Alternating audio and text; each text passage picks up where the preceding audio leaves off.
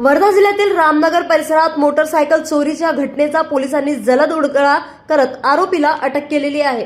रामनगर येथील पप्पू शेख राहणार आरवी नाका वर्धा यांनी 15 मार्च 2026 रोजी रात्री त्यांची मोटरसायकल घरासमोर उभी केली होती। मात्र दुसऱ्या दिवशी सकाळी कामावर जाण्यासाठी बाहेर पडल्यावर मोटरसायकल चोरीला गेल्याचे लक्षात आले। याबाबत त्यांनी रामनगर पोलीस ठाण्यात तक्रार दिल्यानंतर पोलिसांनी तत्काळ तपास सुरू केला।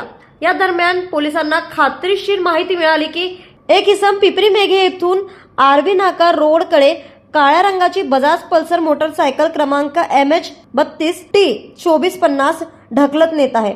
या माहितीच्या आधारे रामनगर गुन्हे शोध पथकाने सापळा रचत आरोपीला अटक केली। अटक करण्यात आलेल्या आरोपीचे नाव साहिल सातपुते, वय वर्ष 19, राहणार वडर, झोपडपट्टी, आरवी नाका, वर्धा असे आहे।